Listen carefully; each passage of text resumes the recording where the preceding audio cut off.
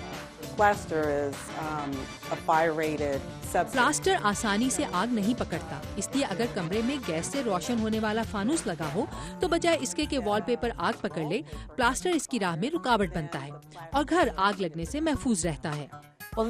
یہ گھر واقعی بہت خوبصورت ہے، ہم اس کا کچھ اور حصہ دیکھ سکتے ہیں۔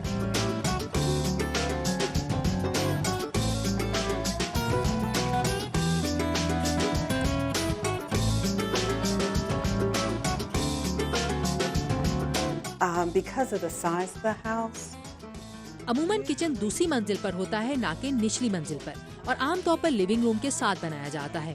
اس گھر کو مالکان نے اپنی ضرورت کے مطابق ڈھالا ہے۔ آج کل کے طرز زندگی کے حساب سے اس گھر میں کتنے لوگ رہ سکتے ہیں؟ right now, اس گھر میں اس وقت ایک جوڑا رہ رہا ہے۔ میرا خیال ہے کہ یہ گھر 4 افراد کے لیے کافی ہے۔ یہ واقعی بہت خوبصورت گھر ہے، کاش میں یہاں رہ سکتی۔ کیا میں رہ سکتی ہوں یہاں؟ I've shown you several traditional houses. اگر آپ جدید طرز کے گھر دیکھنا چاہتی ہیں تو راک کریک پارک کے علاقے میں جائیں۔ وہ گھر اس لیے ماڈرن گھر ہیں کیونکہ ان میں آپ کو بڑی مقدار میں پیتل اور شیشے کا استعمال دکھائی دے گا۔ Built within the last 10 years. And why are they modern? Well, because you're going to see a lot of copper, you'll see a lot of glass. یہ گھر مختلف شکلوں کے ہیں، کچھ گھر 3 اور 4 منزلہ ہیں۔ وہ گھر آپ کو ان گھروں سے کافی مختلف نظر آئیں گے۔ It's a completely different sensibility than what we've been looking at. Washington D C کے کچھ یونیک گھر ہم نے دیکھے ہیں، لیکن یہ گھر آج کل اندر سے کن مٹیریلز کے ساتھ بنائے جا رہے ہیں، ان کی کنسٹرکشن میں کیا استعمال ہوتا ہے، یہ بھی میں دیکھنا چاہتی ہوں۔ اور اس کے لیے جنیل مجھے لے کر آئی ہیں ایک ایسے گھر میں جس کی آج کل رینوویشن چل رہی ہے، اور اس کی آرکیٹیکٹ جنیل خود ہیں۔ So Jenil, can we see your masterpiece? Sure, come on in. Wonderful.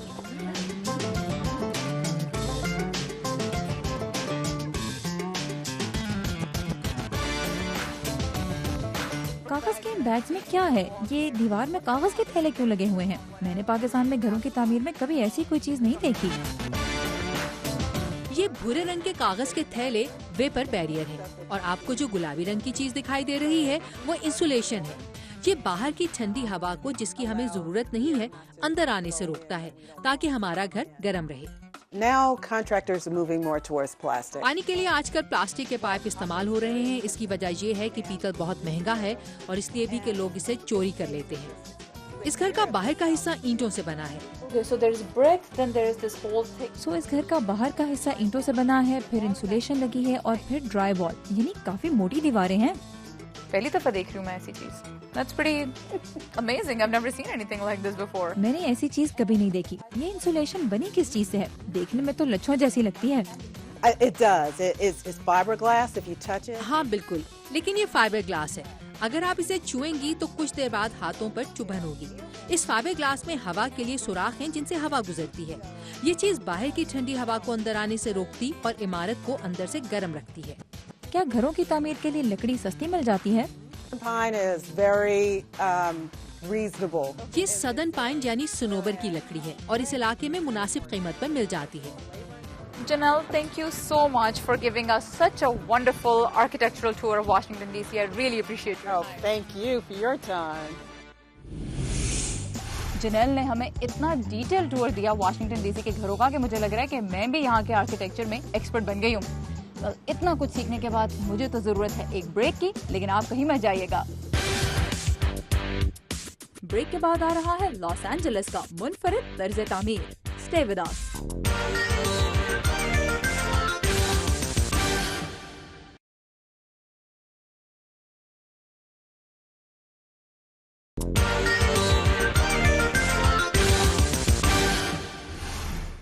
Welcome back. جب ہم امریکہ کے مختلف شہروں کے آرکیٹیکچر کے بارے میں سوچتے ہیں تو نیو یارک کا نام لیتے ہی ذہن میں آتی ہیں بلند و بالا عمارتیں۔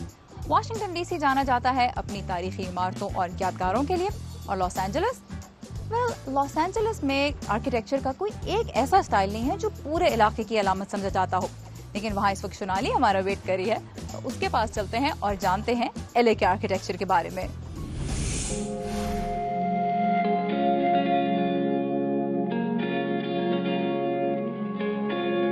لاس اینجلس شہر کے آرکیٹیکچر کو سمجھنا کافی مشکل کام ہے۔ حالانکہ یہاں بڑی بڑی آئیکونک بلڈنگز ہیں جو دنیا بھر میں مشہور ہیں.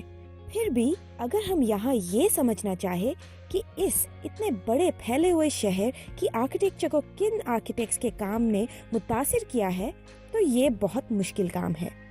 اس شہر کے ہر قصبے کا اپنا انداز اور پہچان ہے. تو یہاں کے آرکیٹیکچر کو سمجھنے کے لیے ہم نے بات کی پاکستانی امریکن علی جیوان جی سے. علی کی اپنی آرکیٹیکٹ فرم LOC لاس اینجلس میں ہے اور وہ خود بہت کامیاب آرکیٹیکٹ ہیں. LA architecture. I mean, LA is a big city, many with a wide demographic.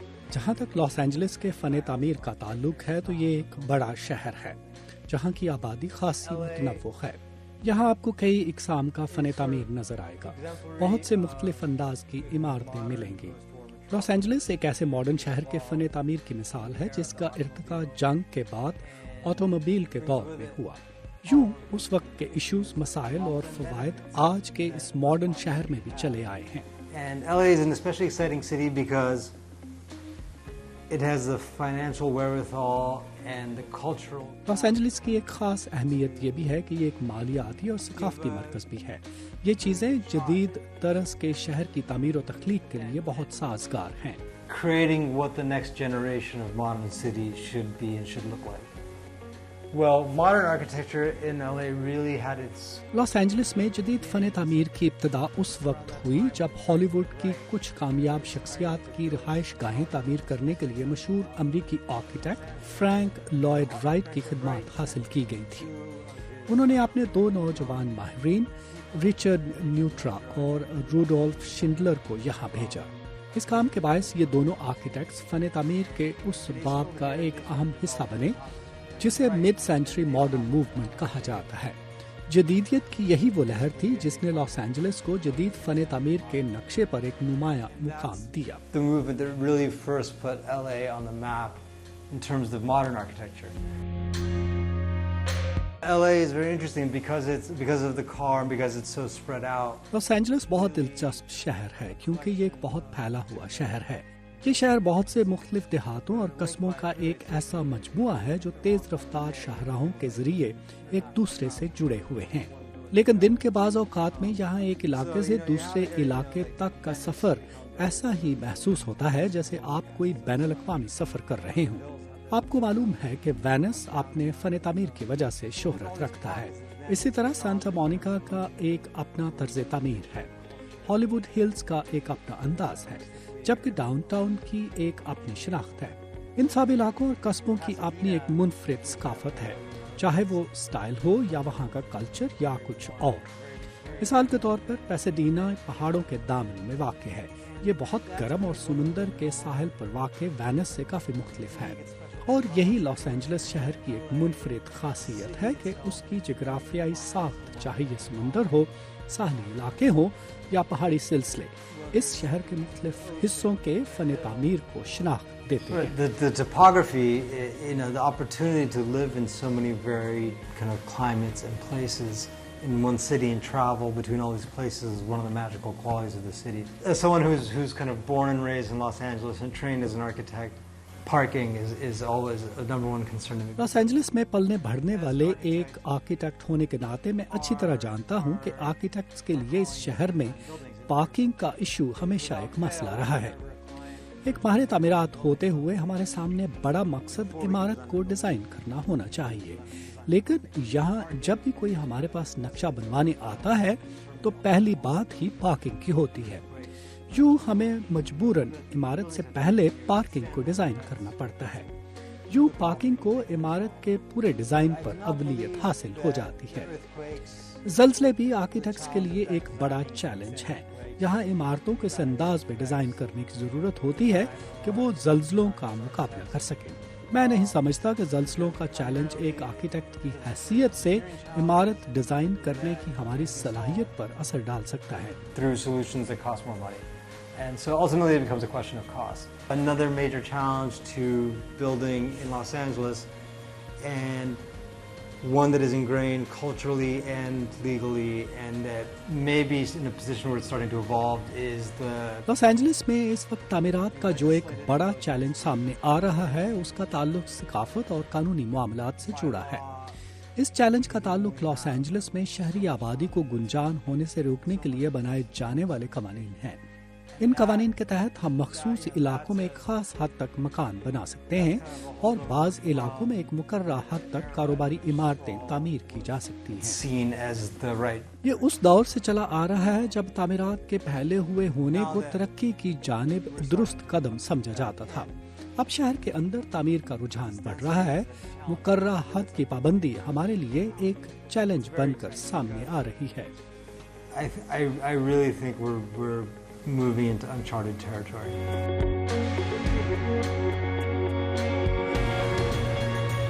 I cannot say where we're going to end up, but I'm excited to. مجھے معلوم نہیں کہ آگے کیا ہوگا، مگر میں آگے بڑھنے اور اس عمل کا حصہ ہونے پر ایکسائٹڈ ہوں۔ تمام ادارے جن میں سرکاری اور غیر سرکاری ادارے شامل ہیں، لاس اینجلس کے بہتر مستقبل کے لیے مثبت راہ پر رواں دواں ہیں۔ All these forces are pushing in positive directions for the future growth of Los Angeles. Wow, Los Angeles کے آرکیٹیکچر میں اتنی ویرائٹی ہے، یہ تو مجھے پتا ہی نہیں تھا۔ لیکن یہاں پہ اب ہم لیں گے ایک چھوٹا سا بریک اور اس کے بعد بات ہوگی عمارتوں کو ناگہانی آفات سے محفوظ بنانے کی۔ ہمارے ساتھ رہیے گا۔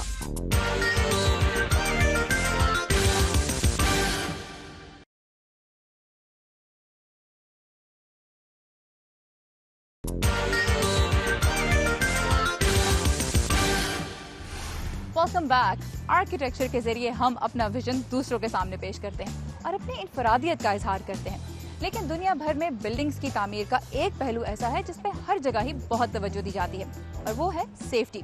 ان دنوں امریکہ میں عمارتوں کو لوگوں کے لیے محفوظ بنانے کے کن نئے طریقوں پر کام کیا جا رہا ہے، یہ دیکھنے کے لیے میں گئی ڈی سی کے نیشنل بلڈنگ میوزیم کی ایک ایگزیبیشن میں جس کا نام ہے designing for disaster. Let's check it out.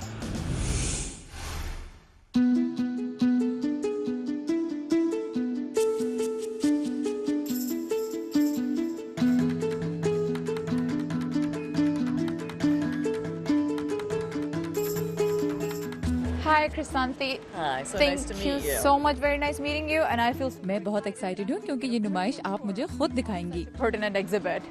آپ کا ڈیزائننگ فار ڈیزاسٹر کی اس نمائش میں آنے کا شکریہ۔ For disaster. Well, let's go in.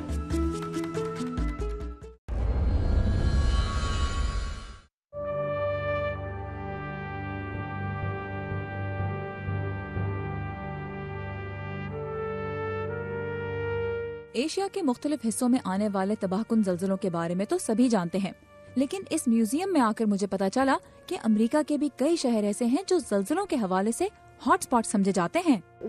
گزشتہ 20-25 سالوں میں یہ تصور پروان چڑھا ہے کہ زلزلے کے خطرے میں رہنے والے علاقوں میں ایسی عمارتیں بنائی جائیں جو زلزلے کے ساتھ ہل سکیں، بجائے ان عمارتوں کے جو اپنی جگہ پر مضبوطی سے کھڑی رہتی ہیں۔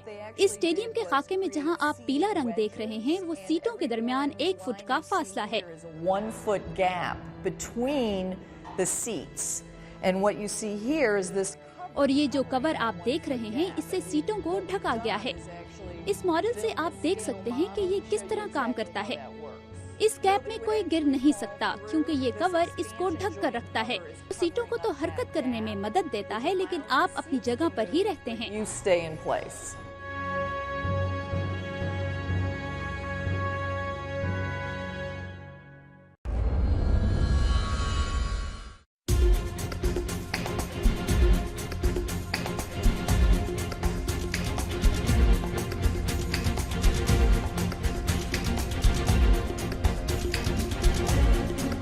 Right now, I feel really safe standing in what looks like. اس وقت میں تو خود کو کافی محفوظ محسوس کر رہی ہوں کیونکہ میں کنکریٹ سے بنے ایک گھر میں کھڑی ہوں۔ مجھے یہ بتائیے کہ اس گھر کا ڈیزائن ان لوگوں کے لیے کتنا محفوظ ہے جو آندھی طوفان والے علاقوں میں رہتے ہیں۔ Very strong winds. اسے ہم سیف روم کہتے ہیں، جو کہ امریکہ کی فیڈرل ایمرجنسی مینجمنٹ ایجنسی کی ہدایت کے مطابق تعمیر کیا گیا ہے۔ یہ کسی طوفان یا ٹورنیڈو کے دوران 250 میل فی گھنٹہ کی رفتار سے چلنے والی ہوا میں بھی محفوظ رہ سکتا ہے۔ اس کی چھت میں اسٹیل راڈز ڈالے گئے ہیں۔ اس کا دروازہ بھی اسٹیل کا ہے، Special steel, reinforced steel, fully grounded جبکہ ان اینٹوں کے درمیان بھی اسٹیل راڈز لگی ہیں۔ as well.